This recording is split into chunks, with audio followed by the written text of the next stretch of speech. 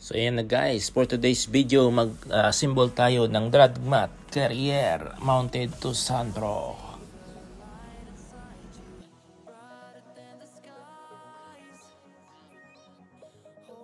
So kung nakikita nyo, yan yung mga gamit na kailangan natin para ikabit o assemble yung mga parts niyan. So yun. So yan yung tinatawag na carrier. So yan natin ilalagay yung mat. Ikakabit natin dyan. So yun yung galing sa Toro. So i-assemble natin. So yung Toro ay isang specialized for torque machinery. So yan yung nakita nyo ay rubber yan, na yung brown ay isang coco coir. Connected yan sa coco coir. So ano yan ang bunot yan ng nyug na kinabit sa rubber. So yan yung ano na yan, ikakabit yan dyan sa frame para na gamit na.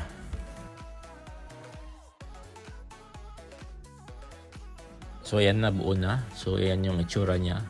Isang mat. So hihilahin niya ng Sunpro. I-mounted yan. Yan. Para na magamit. So wala pang idea. So titingnan nyo na lang para magkakaroon kayo ng idea kung para saan yan.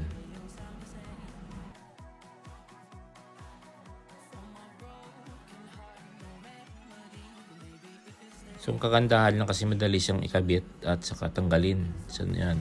So may mga several parts din yun na pinakabit sa Sunpro. So yan, nakita nyo yung bunot yan ng nyog. So coco coir. So ginawang coco mat na panghila ng para sa buhangin. Yan. Parang bunot. Pwede siyang gawing doorknob yan. Doormat. Yan.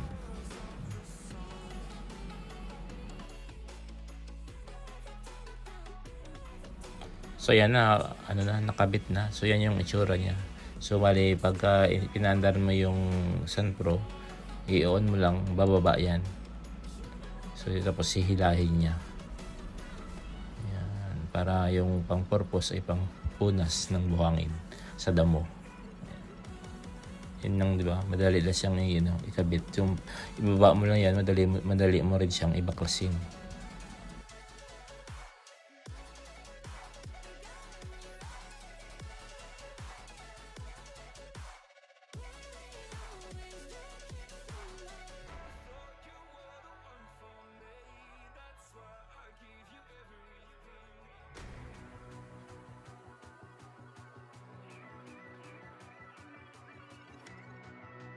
So ayan na guys, so yan yung hinihila. So mali lang yung pagka-orient ng camera ko. So ayan na. So kung nakikita nyo, may mga yan, yung damo binutasan para makahinga siya, makakuha siya ng oxygen. May oxygen circulation sa ilalim ng lupa.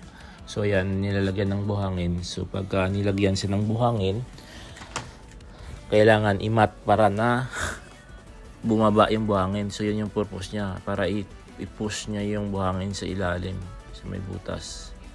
So tuloy-tuloy lang sa panonood para makita nyo kung ano talaga yung purpose niyan.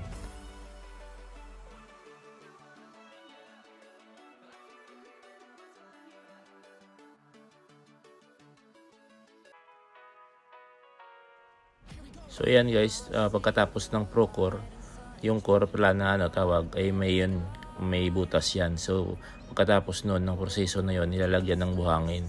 So pagka nilagyan ng buhangin, kailangan siyang itulak yung buhangin pababa para pumunta sa may butas. So ayan yun.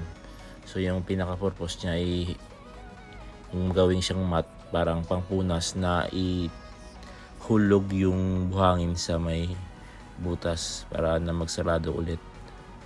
So yun yung purpose niya. Tingnan nyo.